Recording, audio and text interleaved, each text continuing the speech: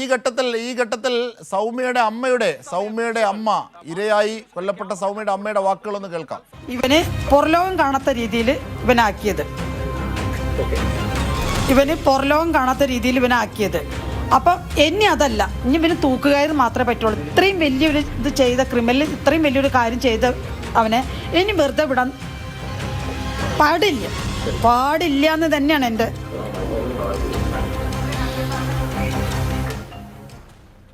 തീർച്ചയായും ആ അമ്മ സ്വാഭാവികമായും പറയുന്നു തൂക്കുകയർ കൊടുക്കണം എന്നാണ് അമ്മ പറയുന്നത്. സ്വാഭാവികമായും അത് തീർച്ചയായും സൗമ്യയുടെ അമ്മ ഈ ഘട്ടത്തിൽ പ്രതികരിച്ചിരിക്കുന്നു.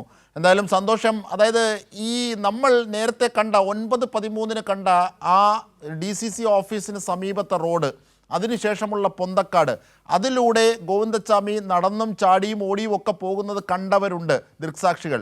ആ പോക്കാണ് അതിന് സമീപത്തുള്ള ഒരു ഒഴിഞ്ഞ കെട്ടിടത്തിലെ ചേർന്നുള്ള കിണറിൽ ഒളിച്ചിരിക്കുന്നതിലേക്ക് ഗോവിന്ദച്ചാമിയെ നയിച്ചത്.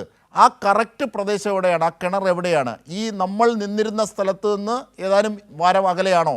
എന്താണ് ആ ഭൂമിശാസ്ത്രപരമായ അതിൻ്റെ പ്രത്യേകത? മാത്രമല്ല അവിടെ നിന്നും ഈ നമ്മൾ കണ്ട പൊന്തക്കാടുമായി എത്ര ദൂരമുണ്ട്? അതടക്കമുള്ളവ ഒന്ന് വിശദീകരിച്ചാൽ സന്തോഷം.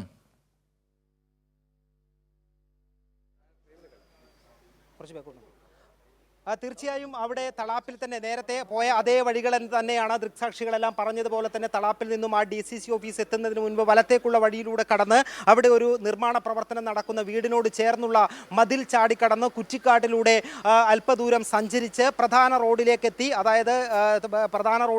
അവിടെയുള്ള ഒരു കിണറ്റിലാണ് ഒളിച്ചിരുന്നത്. അതാണ് പോലീസ് വളരെ കൃത്യമായും ആ വഴികൾ പിന്തുടർന്നുകൊണ്ട് ഇപ്പോൾ ആ പ്രതിയെ കണ്ടെത്തിയിരിക്കുന്നത്. ഗോവിന്ദച്ചാമി എന്ന കൊടും കുറ്റവാളിയെ പോലീസ് അവിടെ നിന്നും സാഹസികമായി പിടികൂടി പോലീസ് ട്രെയിനിങ് സെന്ററിൽ എത്തിച്ച് ഇപ്പോൾ ചോദ്യം ചെയ്യുകയാണ്.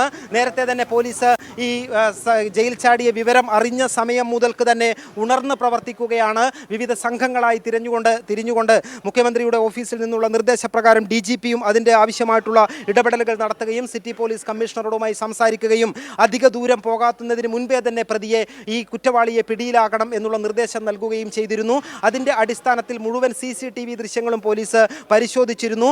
നിരവധി ആളുകളിൽ നിന്ന് മൊഴി രേഖപ്പെടുത്തിയിരുന്നു. അത്തരത്തിലുള്ള നിർണായകമായ CCTV ദൃശ്യങ്ങളും ദൃക്സാക്ഷികളുടെ മൊഴികളും ഈ പ്രതിയുടെ ഒളിച്ചിരിക്കുന്ന സ്ഥലം കണ്ടുപിടിക്കാൻ പോലീസിനെ സഹായിച്ചിട്ടുണ്ട് എന്നുള്ളത് തന്നെയാണ്. അതുകൊണ്ട് തന്നെയാണ് കമ്മീഷണർ നേരത്തെ ജനങ്ങളുടെ പിന്തുണ കൂടി ഉണ്ടായിരുന്നു എന്നുള്ള കാര്യം എടുത്തു പറഞ്ഞത്. അങ്ങനെയാണ് നേരത്തെ ഈ സിറ്റി പോലീസ് കമ്മീഷണർ പറഞ്ഞത് 4:15 ശേഷമാണ്, പുലർച്ചെ 4:15 ഈ ഗോവിന്ദച്ചാമി എന്ന കൊടും ക്രിമിനൽ കണ്ണൂർ ജയിലിൽ നിന്നും തടവ് ചാടി രക്ഷപ്പെടുന്നത് എന്നുള്ളതാണ് പറഞ്ഞത്. അതിനുശേഷം 9:13 ഈ തളാപ്പിലുള്ള CCTVയിൽ ഈ ദൃശ്യങ്ങൾ പതിഞ്ഞതാണ് ഏറ്റവും പ്രധാനപ്പെട്ട നിർണായകമായിട്ടുള്ള ഒരു തെളിവായി മാറിയത്.